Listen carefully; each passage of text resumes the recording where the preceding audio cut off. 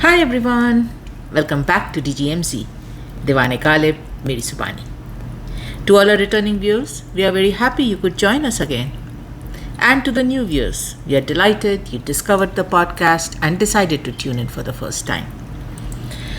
Now, if you were with me in the previous episode, you know that currently we are going through Ghazal 28 from Diwan-e-Ghalib. Gilaa hai Shauq ko, dil mein bhi Tangii-e-Jaa. We've already covered 7 couplets. Today we are going to cover the 8th couplet, the Maqta of the Ghazal, the last couplet of the Ghazal. As always, I'm going to read the couplet first and then we will get into the keywords, concepts and finally the DGMC impression of the Ghazal. So this is how it goes. Falak ko dekh ke करता हूँ उसको याद असद. फलक को देख के करता हूँ उसको याद असद, जफ़ा में उसकी है अंदाज कार फारमा का. Let's do a quick approximate translation. First line. फलक को देख के करता हूँ उसको याद Asad. I look upwards to the skies and remember her Asad. The poet is referring to himself. Second line. जफ़ा में उसकी है अंदाज कार फार्मा का. In her oppression, in her justice, in her anger, there is that style of a commander, of a ruler.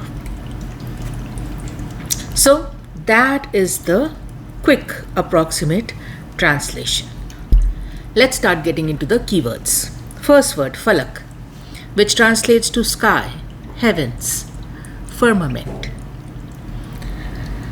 इस पे ख्वाजा मीर दर्द का ये शेर.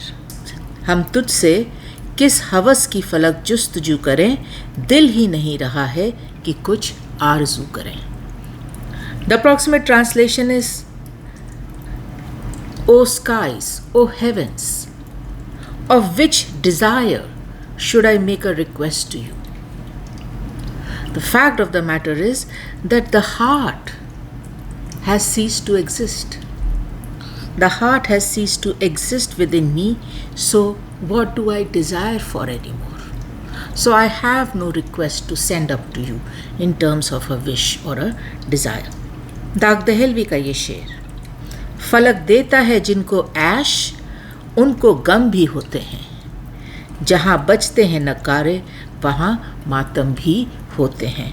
The approximate translation is, the ones on whom heavens bestow graces and blessings, the same people also encounter grief and pain. The fact of the matter is that wherever there is a sound of joyous trumpets, there is also the sound of laments and sighs. Moving on to the next word, Jafa. Jafa translates to oppression, violence, injustice. In Urdu poetry, the tyranny of the beloved, the disloyalty of the beloved, right? इस पे मिर्ज़ा गालिब का शेर कि मेरे कत्ल के बाद उसने जफ़ा से तौबा, हाय उस ज़ूद पशेमा का पशेमा होना. Beautiful couplet, right?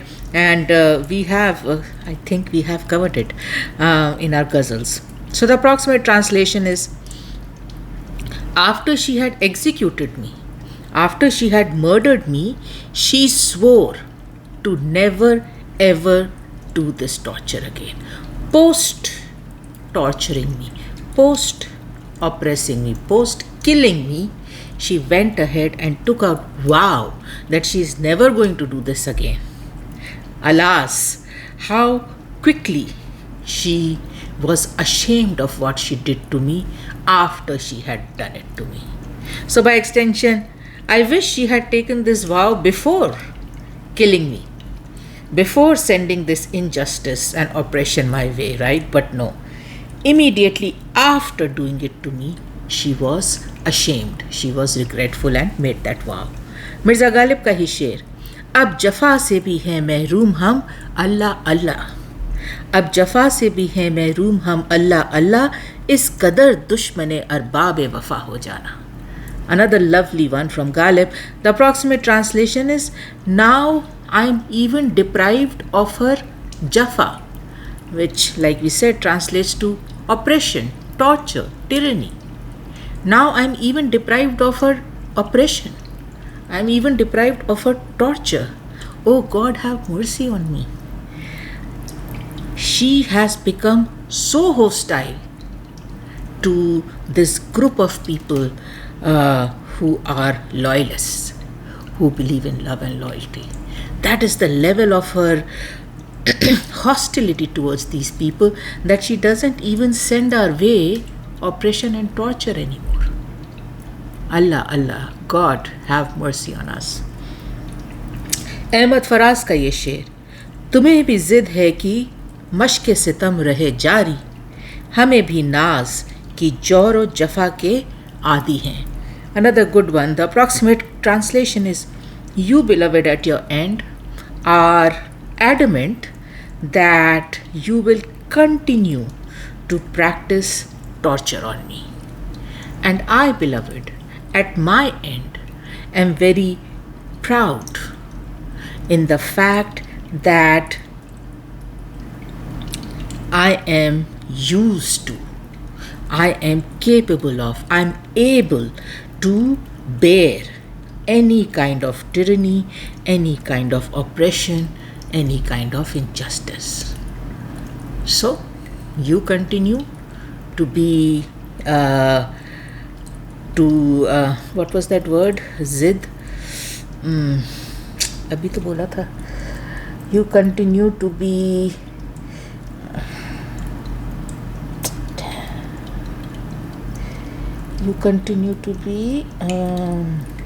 adamant. Sorry about that. Total blank moment. You continue to be adamant, beloved, that you will keep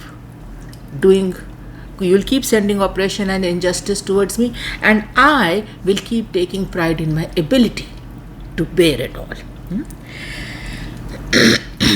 Hafeez Banarasi का ये शेर, दुश्मनों की जफा का खौफ नहीं. Beautiful couplet. दुश्मनों की जफा का खौफ नहीं, दोस्तों की वफा से डरते हैं. What a lovely couplet. Approximate translation is, I do not fear the oppression, the injustice, the tyranny coming from enemies. I don't fear it. That doesn't scare me. What scares me is the loyalty of the friends. By extension, that is where the real danger lies, in the so-called loyalty of the friends. So, that takes care of Jafa. Let's move on to Kar Farma. Kar Farma translates to some kind of administrator, some kind of supervisor, somebody with the power, the authority to execute something, somebody with the power to order someone else to execute a task, to action something. इस पे अल्ताफ हुसैन हाली का ये शेर, जुनू car pharma हुआ चाहता है, जुनू car pharma हुआ चाहता है, कदम दश्त पैमा हुआ चाहता है. The approximate translation is, desire wants to take the reins, take the power and order. Desire in me wants to become in charge, wants to become my supervisor, my administrator. Feet want to measure the vastness of desert, of forest, of wasteland. And that is DGMZ's vibe. I mean, that is our impression that somewhere in the background is lurking the Majnun story, right? It's not uncommon to find the Laila Majnun story creep in Urdu Shairi. So that was Majnu's claim to fame. His desire was his car farma, his administrator, his supervisor. Majnu was dictated by his passion, desire and love for Laila, and yes, indeed, he was probably the only one who can claim that he measured the desert foot by foot, walking through the entire desert. He owned that desert. That was his claim to fame. So somewhere that vibe comes across. असरुल हक मजाज का ये शेर, car pharma फिर मेरा ज़ौक़े गज़ल खवानी है आज. Car pharma फिर मेरा ज़ौक़े गज़ल खवानी है आज, फिर नफस का साज़े गर्म शोला अफशानी है आज. So the approximate translation is my supervisor, my administrator. The poet does not clearly call out who it is. It can either be beloved or God. But at DJMZ we always go with beloved. That's how we roll. So, car pharma फिर मेरा ज़ौक़े गज़ल खवानी है आज, फिर नफस का साज़े गरम शोला अफशानी है आज. So, my supervisor, my administrator today again has a taste for ghazal recitation, and then again my breath is warm with the sprinkling of passionate instruments, right? So my breath itself is warmed up like a passionate instrument, right? So yes, I am going to recite my ghazal today. Mir Anjum Parvez का ये शेर, कोई जौहर है दिल में car pharma, वगरना गर्दिशे खून क्या तपिश क्या. So the approximate translation is that there is some kind of spark, there is some kind of fire that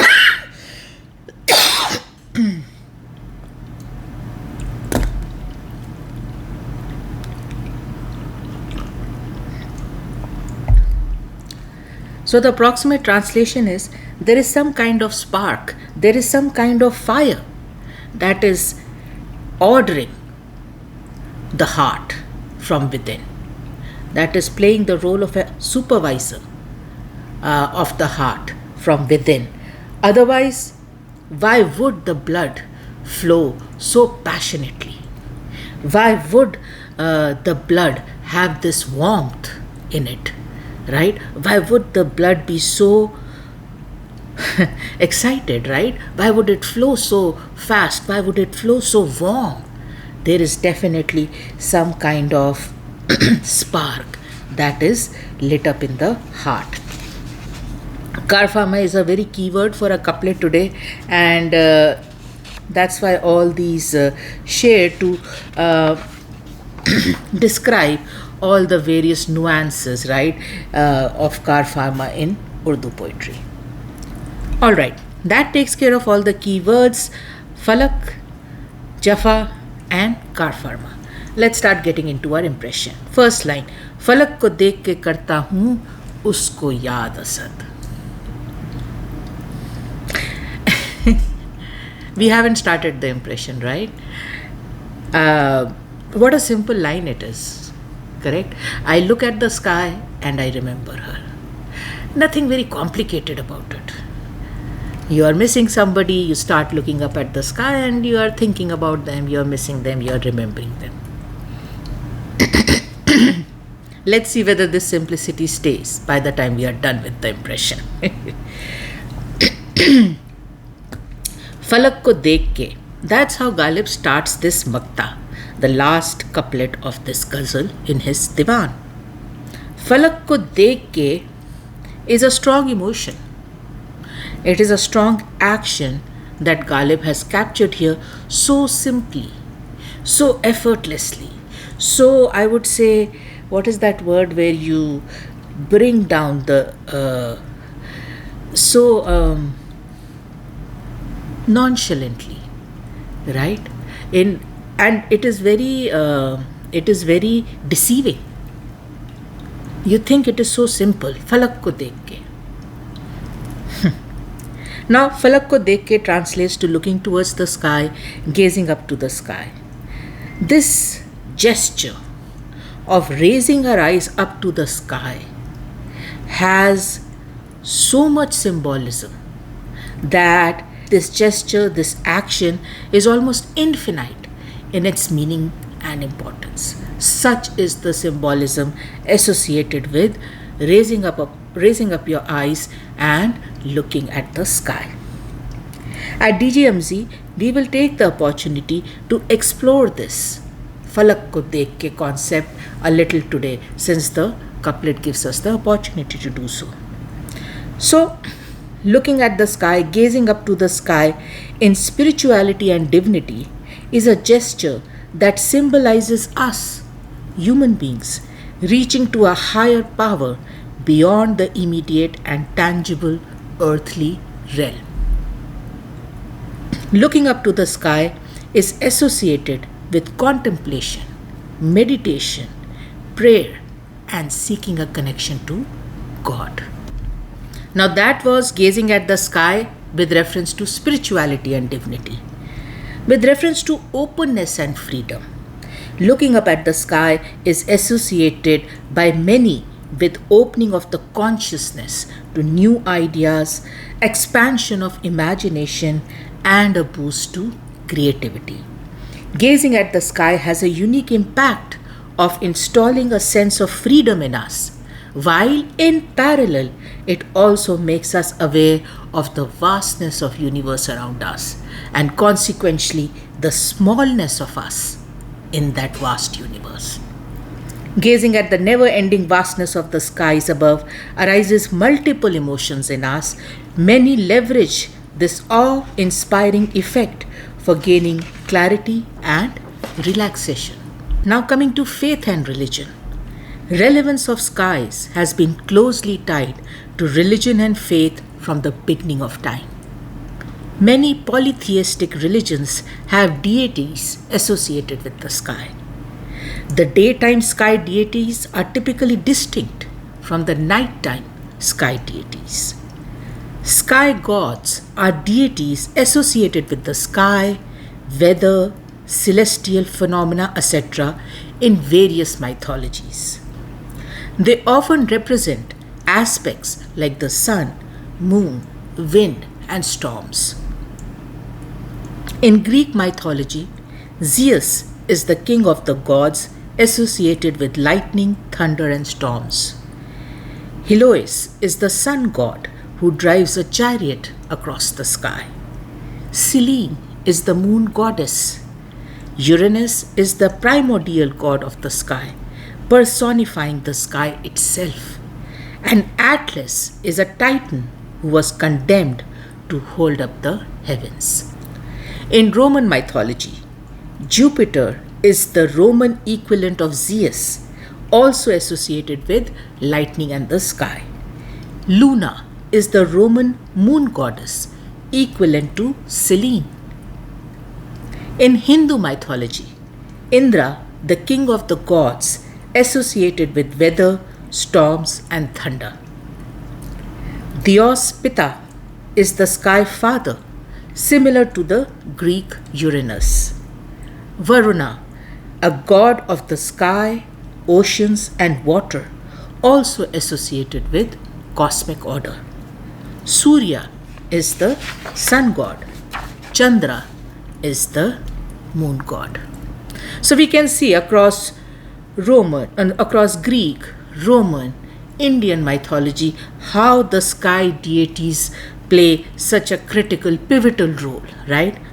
The concept of sky gods is a common element across many cultures and mythologies, reflecting the human fascination with the celestial realm and its perceived influence on earthly life.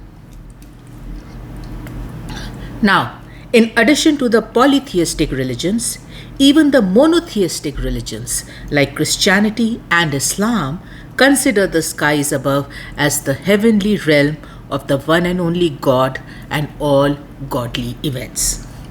In Christianity, the sky holds significant meaning, representing various aspects of God's power, presence, and interaction with humanity.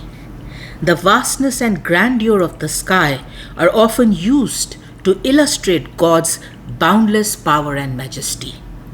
The Bible, in its book of Psalms, In Psalm 19, 1 states, "The heavens declare the glory of God, the skies proclaim the work of his hands." And then again in Psalm 121, the psalm starts like this: "I will lift up my eyes unto the heavens, from whence cometh my help. My help cometh from the Lord that made heaven and earth." In Islam, the sky holds significant meaning, representing a powerful sign of God's existence, greatness, and purposeful design within the universe. The Quran frequently refers to the sky as a testament to Allah's ability to create and sustain the universe. The vastness and intricate design of the celestial sphere, including the sun, moon, and stars, are considered proofs of divine wisdom. The Quran describes the sky as a protected ceiling or well-secured canopy, safeguarding the earth from harm. The Quran mentions the sky containing celestial bodies like stars, which are seen as adornments and potential deterrents against evil forces. Islamic tradition also associates the heavens with angels and the journey of Prophet Muhammad through the 7 heavens during his miraculous night journey, Isra and Miraj. So, Falak ko dekh ke, right? I raised up my eyes and looked at the sky, gazing at the sky. It's not as simple as it sounds once we start researching the symbolism behind it, once we start researching the significance of it from various perspectives. So, we have covered many. Now, the last one, but not the least, is the symbolism of looking at the sky in our very own Urdu poetry. Urdu poetry captures the myriad of emotions and sentiments the skies above evoke in the lover, the poet, the shair. The hope and faith in God, the most divine, residing above us in the heavens, lies at the foundation of many a prayer sent up by the lover in Urdu poetry. Sajid Hamid का ये शेर, जब निगाहों में था खुदा रोशन, जब निगाहों में था खुदा रोशन, थी फलक दर फलक दुआ रोशन. What a lovely couplet, right? The approximate translation is, when in my eyes, God himself was illuminated. Sky after sky was illuminated by prayers from me. Khalid रहीम का ये शेर, खामोश पेड़ देख रहे हैं सरे फलक, खामोश पेड़ देख रहे हैं सरे फलक, मुद्दत से तेरे शहर में दस्ते दुआ लिए. The approximate translation is, silent trees have been looking up towards the sky from a long, long time with their hands raised in prayers. Now, if Urdu poetry captures the hope in the skies above so beautifully, it does an even better job of capturing the hopelessness in the skies above. In fact, in DGMC's humble opinion, no other art form does justice to this hopelessness associated with the divine, heavenly, godly realm we know as the sky better than Urdu poetry. The lover at the receiving end of unrequited love offers a perfect centerpiece for the khayal, the thought around which such poetry is created. साहिल लुधियानवी का ये शेर, ज़मीं सख्त है आसमान दूर है. Another good one. ज़मीन सख्त है आसमान दूर है, बसर हो सके तो बसर कीजिए. What a lovely couplet, what a powerful couplet. The approximate translation is, the earth under your feet, right? The earth beneath you is hard. The sky, the heaven above you is far. Now if you can survive, survive. There will be no help from the earth beneath you. There will be no help from the heaven above you. Basar ho sake to basar kijiye. If you can make it, if you can survive, then survive. हरीस बिलाल का ये शेर, फलक पे भीड़ लगी थी शिकस्ता आहों की, फलक पे भीड़ लगी थी शिकस्ता आहों की, दुआ से पहले मुझे रास्ता बनाना पड़ा. What a lovely couplet again, right? The approximate translation is, in the heavens above, there was a crowd. There was a crowd of failed, unfulfilled sighs and laments and prayers. So when I decided to send my prayer above, I had to actually create a path for it. It was jam-packed. The heavens were jam-packed with unfulfilled sighs and laments. I had to create a path for my prayer. Ahmad Nadeem Qasmi का ये शेर, आखिर दुआ करे भी तो किस मुद्दे के साथ, कैसे ज़मीं की बात कहें आसमान से हम. The approximate translation is, even if I was to pray, what would be the objective? What would be the topic? Because after all, what I have to pray is about this earth. How do I take an earthly matter to the heavenly powers? Earthly matter has to be solved on earth. How will heaven send me? Wonderful. Abdul Hamid अदम का ये शेर, मायूस हो गई है दुआ भी जबी भी, उठने लगा है दिल से खुदा का यकीन भी. तौबा, huh? So the approximate translation is that the prayer has lost its hope. The forehead that has been bowing down and rubbing against the ground in prayer has also lost its hope. And as far as I am concerned, well, my faith has also started deserting me as far as God goes. So long have the prayers gone unanswered that the prayer, the forehead, and me, we all have started losing hope. So that takes care of the hopelessness of the skies and how it is captured in Urdu poetry. Some examples from different shayars. This hopelessness in its intensity many a times can take the form of outright oppression and torture that rains down from the skies above on the lover below, on the poet below, on the शायर below. Mirza Ghalib का शेर, फलक सिफला बेमुहाबा है, इस सितमगर को इन्फियाल कहाँ. The approximate translation is, this mean, this cruel sky has no hesitation, no restraint, no fear in terms of raining down oppression and torture. This cruel sky, this mean sky shows no hesitation, no restraint when it rains down torture and oppression.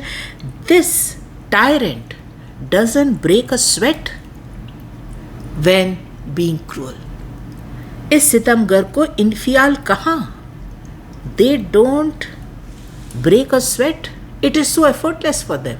And यहाँ पे आपको वो beloved और फलक का similarity दिखने लगता है, right? So the skies don't break a sweat. Effortlessly, it comes naturally to them. Effortlessly they rain down oppression and tyranny to the people below. No shame, no hesitation, no restraint. दाग दहलवी का ये शेर, फलक से तौर कयामत के बन ना पड़ते थे, आखिर अब तुझे आशोबे रोजगार किया. The approximate translation is that the skies were not able to execute the tradition of torture and calamity and doomsday. And that is why they have hired you, my dear beloved, to do the job. Again, like I said, जहाँ ये operation वाला aspect आता है फलक का, you can start seeing how the poets draw a similarity between this trait of the sky and the beloved. कमर जलालवी का ये शेर, नशेमन हो ना हो ये तो फलक का मशगला ठहरा, कि 2 तिनके जहाँ पर देखना बिजली गिरा देना. The approximate translation is, whether a home will survive or not is a matter of pastime, is a matter of recreation, is a matter of hobby for this sky.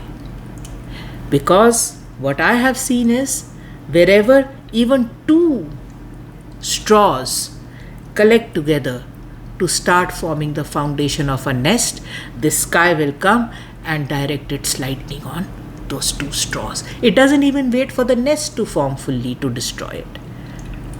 As soon as it sees 2 straws coming together, कि 2 तिनके जहाँ पर देखना, right?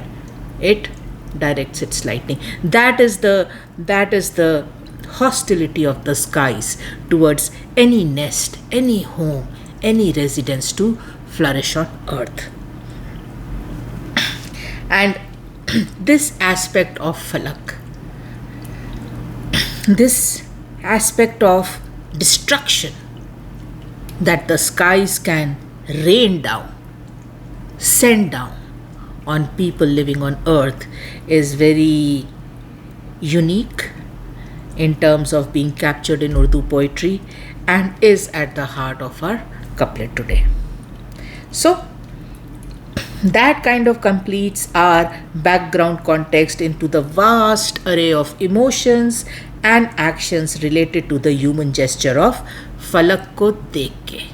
And of course, like we said, this last one with reference to oppression is very important. So keep it in mind, we'll come back to it.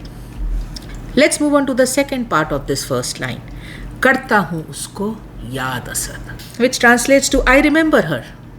Us here refers to the beloved. Karta hu usko Yaad Asad. I remember her, Asad, and the poet is referring to himself.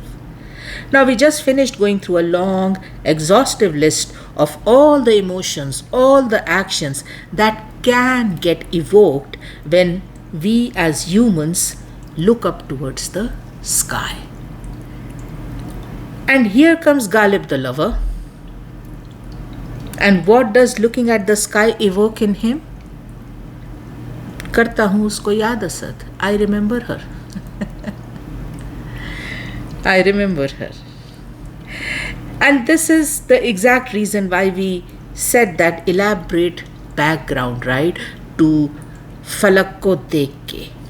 Because now as DGMZ viewers, we can sit back and appreciate how far off, how far away from the normal baseline and precedent the lover operates. While the human race from eternity has been looking towards the skies above and feeling emotions that range from awe to creativity to science to religion to philosophy, etc., etc., when Ghalib the lover looks up at the skies, he remembers her. That's it. That's it. That's the long, that's the short of what the skies above invoke in the lover. He remembers her. Mirza Ghalib का एक शेर, गमे दुनिया से गर पाई भी फुर्सत sir उठाने की, फलक का देखना तकरीब तेरे याद आने की. Same vibe. The approximate translation is, from the griefs and tortures of this world, if ever I got a moment to spare and lift up my head, I looked at the skies and they became a reason. They became an occasion of remembering you. First of all, I never got even a moment to lift up my head, so caught up was I in the grief of the world. Head was always bowed down in grief and pain. But if ever there was a moment when I could lift up my head and look up, this looking up at the sky also became an occasion, a gesture, an action of remembering you. As Urdu poetry fans, we know very well that for the lover, the divine merges with the beloved. God merges with the beloved. Beloved replaces and surpasses all things heavenly and divine as far as the lover goes. Mirza Ghalib का शेर, क्या ही रिजवां से लड़ाई होगी गर तेरा खुल्द में घर याद आया. One of our favorites here.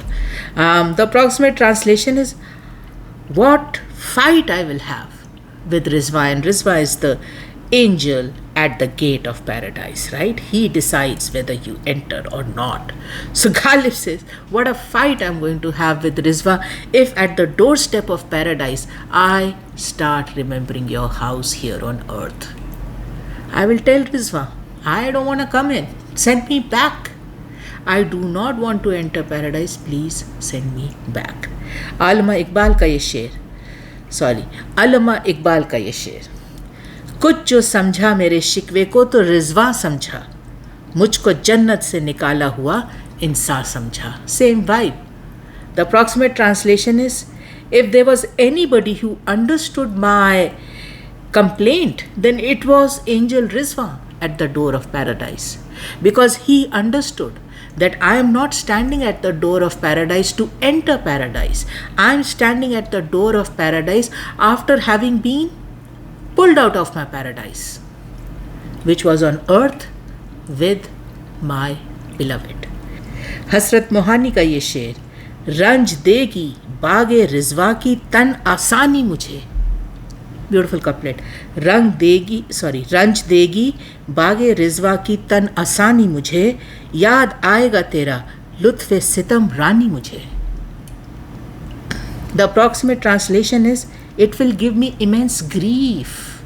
It will give me immense sadness. This relaxation of my body in the Garden of Eden. Because when I'm relaxing in the Garden of Eden, I will be missing the torture my body suffered when it was tortured by you under your tyranny. I will be missing that torture. My body will be missing that torture as I am experiencing the relaxation in the Garden of Eden. A.G. जोश का ये शेर, जमाले यार से रोशन हुई मेरी दुनिया, वो चमकी दिल में किरण महताब से पहले. The approximate translation is, through the radiance of the beloved was my world illuminated. That ray of light called beloved shone up in my world even before the moon. She was the light of my world. She lit up my world, not the moon, not the sun, not the stars. She was the light of my world. So, फलक को देख के करता हूँ उसको याद असद. क्यों करता हूँ उसको याद असद? वो है ये reasons. I look at the sky and I remember her. Why do I remember her? Why do I think of her? These are the reasons. These are the reasons that Ghalib is saying in this first line makes him look up towards the sky, and all he sees in the unlimited vast expanse of these heavens is the memory of her, is the resemblance of her. Whenever the lover is looking at the sky, he is looking at the beloved. And as we know, sky has no dearth of great, beautiful things in it. Nothing compares to the beloved. Nothing compares to the beloved. All right, so that takes care of फलक को देख के करता हूँ उसको याद Asad. Let's move on to the second line. जफा में उसकी है अंदाज कार फार्मा का. In the second line, Ghalib says, जफा में उसकी in her disloyalty, in her oppression, in her tyranny. In the context of Urdu and other languages influenced by Persian vocabulary, Jafa and Wafa are considered opposites, or at least contrastive in meaning. Wafa means loyalty, faithfulness, love. Jafa means oppression, injustice, cruelty, or tyranny. Therefore, while not direct antonyms in the strictest sense, like good and bad, Jafa and Wafa meanings stand in clear opposition when used in literature, especially poetry, where they are often used to create a contrasting effect, such as contrasting the loyalty and love, Wafa, of one person with the oppression and injustice, Jafa, of an other person. Jafa is an attribute the lover associates with the beloved frequently, especially when the lover is in unrequited love. And although Jafa is definitely opposite to what the lover wishes to receive from the beloved, he still holds the Jafa close to his heart, since it comes from the thing dearest to his heart, the beloved. Mir तकी मीर का ये शेर, शुक्र उसकी जफा का हो ना सका, दिल से अपने हमें गिला है ये. The approximate translation is, I could not thank her enough. I could not show my appreciation towards her oppression, tyranny, injustice towards me. This is the only regret I have from my heart. Mir तकी मीर का ही एक और शेर, देर जवानी कुछ रहती तो उसकी जफा का उठाता मज़ा, उम्र ने मेरी गुजर जाने में हाय दरेक शिताबी की. The approximate translation is, had I lived any longer, I would have had the opportunity to taste, relish, enjoy the flavors of her torture, her oppression, her tyranny. But alas, my life was very swift in passing by. Very swift in passing by, and that is the regret I have. So Jafa mein uski in our couplet, so far so good, right? Jafa and us is a combination we as readers and the lover are very familiar with. Jafa and beloved go hand in hand. Not a very rare thing to come across, very common in Urdu poetry, and we are well versed with it. But slowly and steadily we are coming towards the twist in the plot, like you would say, in this couplet, right? Like we say at DGMZ, the submerged hidden part of the iceberg. In true Mushaira style, Ghalib, right towards the end of the couplet, towards the end of the second line, adds a wonderful twist. As part of this twist, he states that this Jafa that the beloved has towards the lover is similar in manner and style to the car farma. अब ये क्या बात है?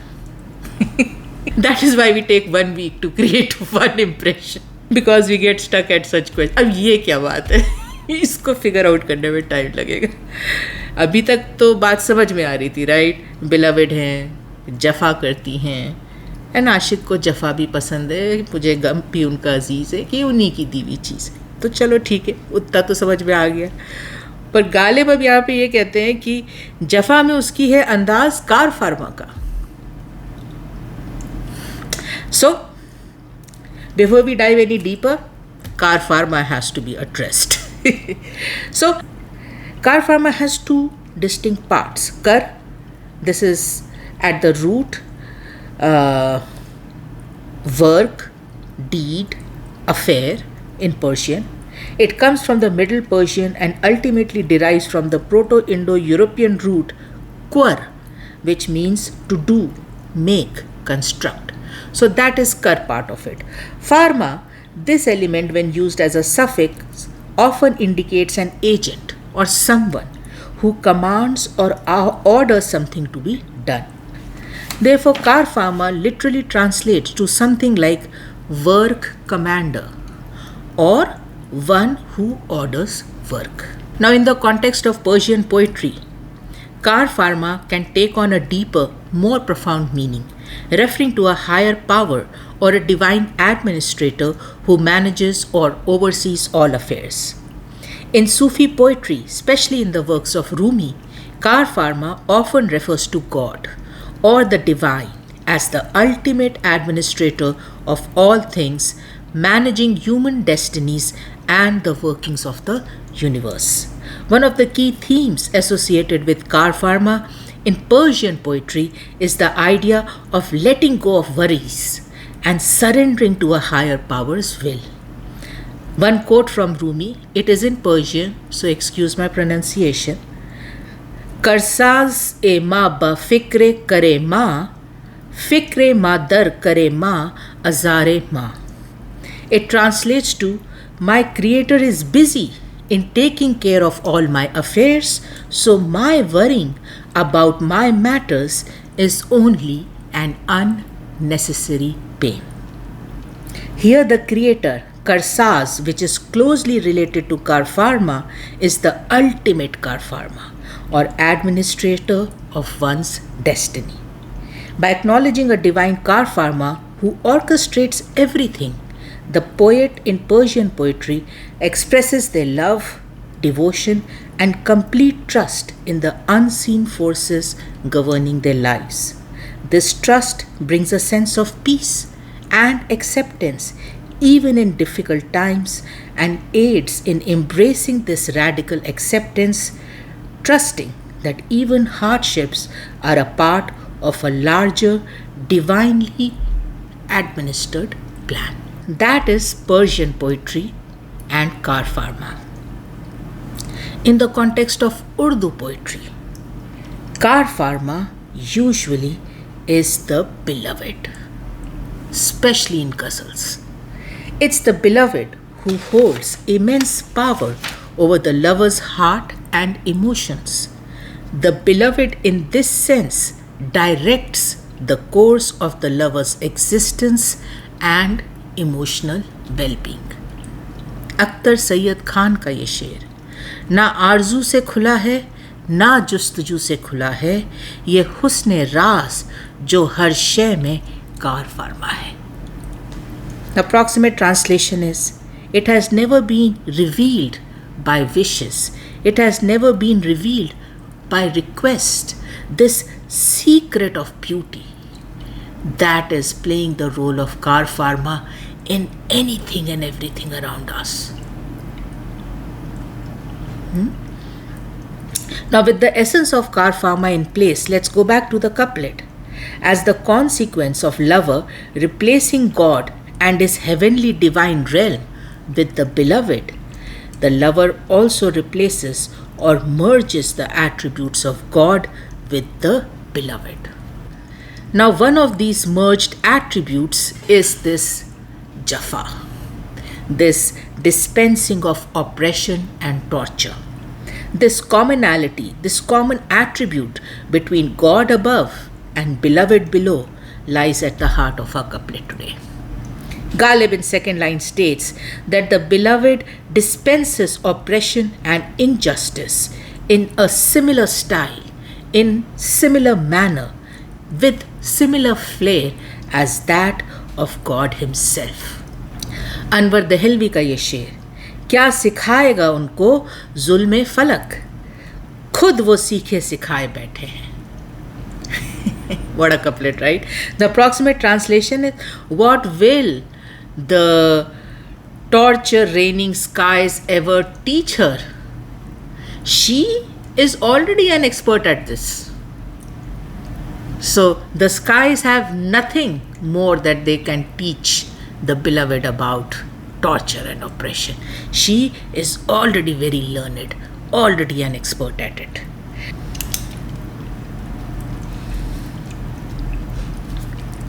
Not only does the beloved possess equal power, but she in fact surpasses God in the ability to bring down torture and oppression on the lover.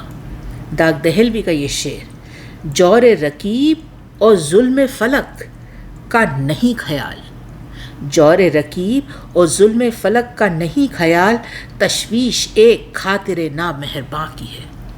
The approximate translation is, I give no thought to the strength of the enemy or the oppression that will come down to me from heavens above. What worries me, what makes me anxious is this unkind, right? Khatir na meherban, the unkind one that I have in my life. This one person who is not kind to me, who never is merciful to me, na meherban. She is the one who keeps me anxious and apprehensive. The enemies don't scare me, God doesn't scare me. It is she who scares me. बेखुद Dehlvi का ये शेर, बेहुकुम यूं किसी को सताता नहीं फलक, बेहुकुम यूं किसी को सताता नहीं फलक, मुझ पर ये जुल्म आपके इरशाद से हुआ. The approximate translation is, the skies above never torture and oppress anyone without a rhyme or reason. I know this torture and oppression that is raining down on me from the skies above is happening on your request, beloved. By extension, your prayers, your wishes, your desires, your power is what is making this oppression and torture rain on me. Ghalib in the second line makes a very clear distinction between any regular, ordinary car farmer and the beloved in the role of car farmer. Ghalib says the beloved has a style which is similar not to any regular car farmer but to the one and only, the greatest of the greatest car farmer, by extension, God Himself. जफा में उसकी है अंदाज car pharma का.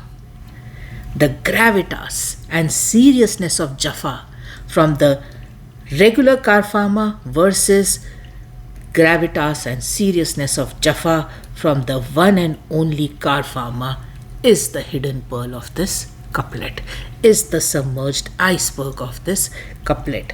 Ghalib equates the Jaffa from the beloved to the Jaffa of the greatest car farmer of all, God Himself.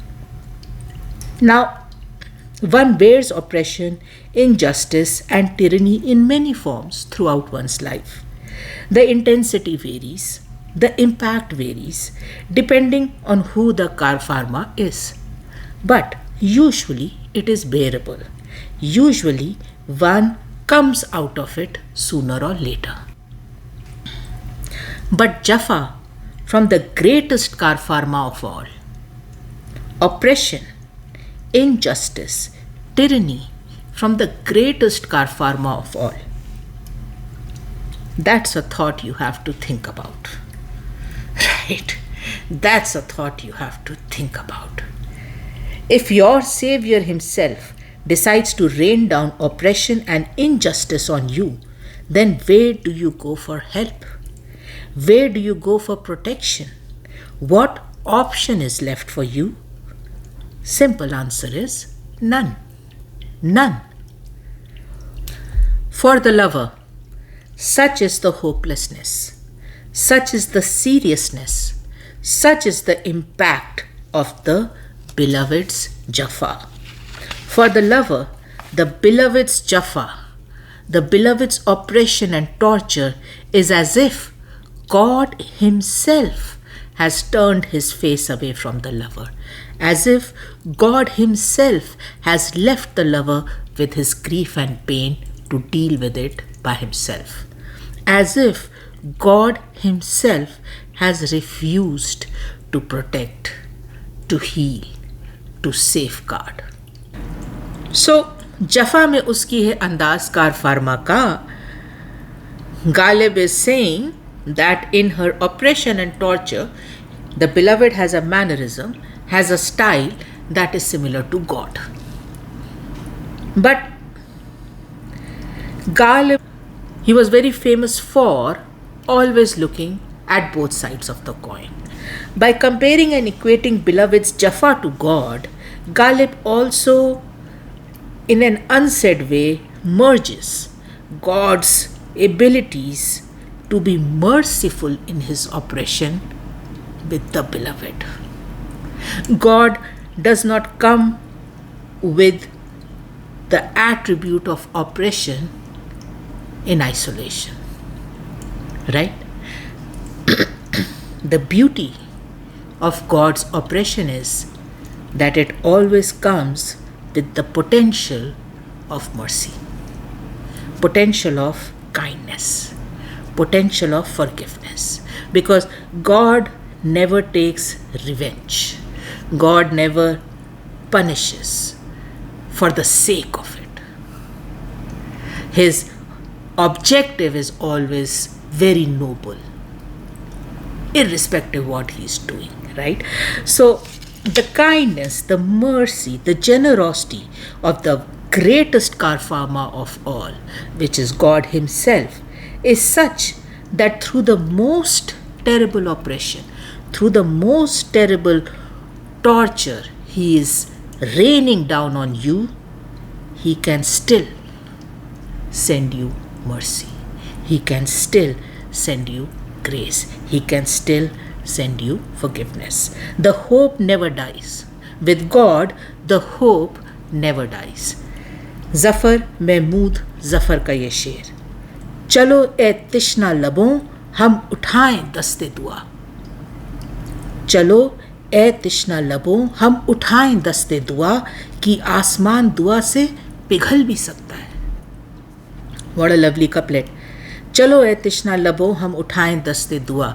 Come on thirsty lips, let's raise our hands in prayers.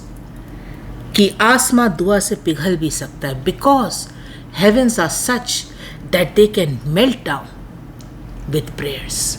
By extension, melting down of heavens is a beautiful visualization of rains coming down, which will of course fall on those thirsty lips and quench their thirst, right? चलो ए तिश्ना लबों हम उठाएं दस्ते दुआ कि आसमान दुआ से पिघल भी सकता है. So that takes care of the second line, जफा में उसकी है अंदाज कार फरमा का. Now let's take a moment to step back and look at the couplet in totality. This couplet is a beautiful depiction from a lover's perspective of the merging of God and beloved in the world of love.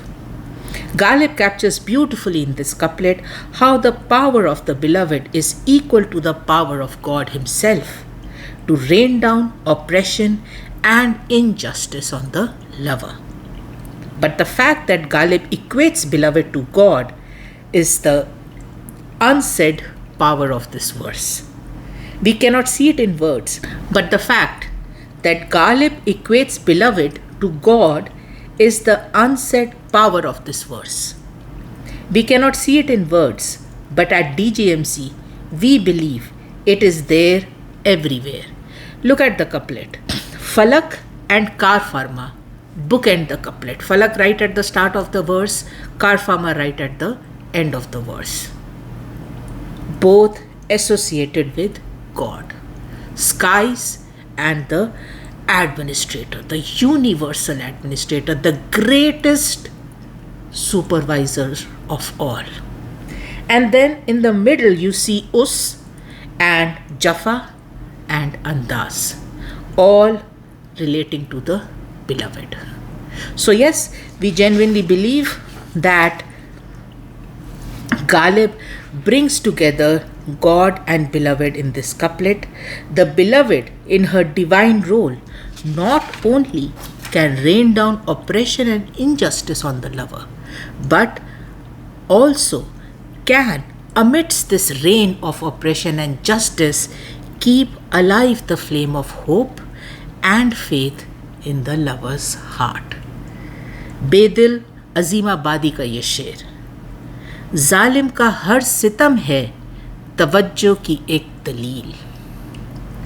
जालिम का हर सितम है तवज्जो की एक दलील, उसकी जफा वफा का है नक्शा लिए हुए. What a couplet. Approximate translation is, of that cruel one, every torture has a tendency, has a detail in it, which is of kindness, which is of attention, which is of care. Right? Every torture of that cruel one has that indication, that hidden evidence of care, attention, kindness. Therefore, all her jafa, all her oppression, all her torture has the design, the blueprint of wafa, has the blueprint of loyalty, has the blueprint of love.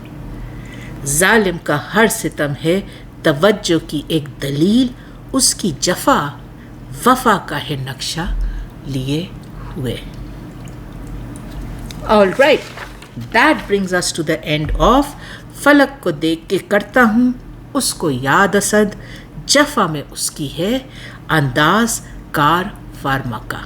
We genuinely believe that at the end of the day, this Maqta is an ode, a homage from Ghalib both to God and the beloved. Ghalib, the lover, brings God and beloved together by the power of love. Okay? Now, that also brings us to the end of Ghazal 28. What that means is, next time we get to start Ghazal 29. It's a short one with just 2 couplets, but yeah, a new Ghazal next time. As always, for my new viewers, I would give you a strong recommendation to go ahead and access the episode titled Introduction to DGMC, because that will give you a good insight into the motivation and inspiration behind this podcast. For our regular viewers, whenever you have time, please go ahead and access the homepage of the channel. We have several playlists there. We are going to create a new one today for Ghazal 28, where you will have all the episodes in one playlist. Surf through the playlists and the episodes and pick what interests you. Now I'm going to go ahead and close this episode by sending a lot of love and light to all you dear viewers, and thanks for watching.